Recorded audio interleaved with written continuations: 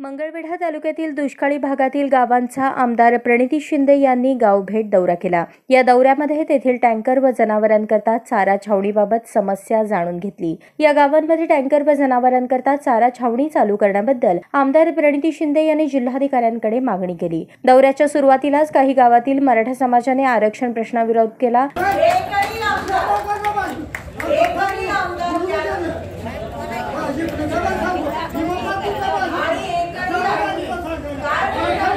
मात्र नंतर या दौऱ्यात प्रचंड असा प्रतिसाद पाहावयास मिळाला। यामध्ये तालुक्यातील दुष्काळी भागातील पाटकळ, मेटकरवाडी, खडकी, नंदेश्वर, भोसे, महमदाबाद, हुन्नूर, लोणार, पडोळकरवाडी, रेवेवाडी, मानेवाडी, हुन्नूर, मारोळी, चिक्कळगी, शिरनांदगी, रड्डे, सिद्धनकेरी, जालिहाळ, हाजापूर या गावांना भेट दिली।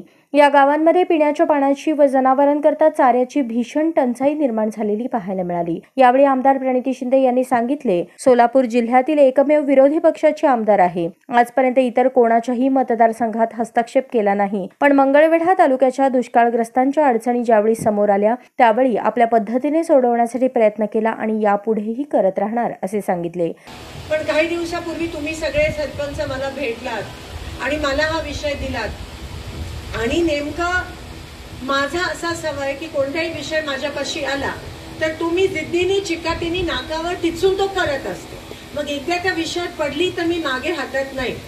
आणि दुसरी गोष्ट अशी की सोलापूर जिल्ह्यात, पूर्ण सोलापूर जिल्ह्यात विरोधी पक्षाची म्हणजे काँग्रेस पक्षाची आमदार मी एकटीच आहे। म्हणून जर लोकांचे अडीअडचणीचे प्रश्न असतील तर ते लोक तर मानणार नाहीत, कारण का ते सत्ताधारी आहेत। म्हणून त्यांच्याच मिनिस्टरच्या विरोधात ते कसं बोलतील, त्यांच्याच नेत्यांच्या विरोधात ते कसे बोलतील, म्हणून ते मांडत नाहीत विषय, मलाच मांडावे लागतात। आणि म्हणून मी जिद्दीने तो विषय परवा विधानसभेत मांडला। पण दुसरी बाजू ही आहे की आजकाल विधानसभेत विषय मांडून पण कामं होत नाहीत, कारण का मंत्री सगळे निगरगट्ट झाले। दरम्यान नागरिकांच्या विविध प्रश्नांवर त्यांनी थेट संबंधित अधिकारी आणि जिल्हाधिकाऱ्यांना फोन लावून या समस्या सोडवण्याची मागणी केली।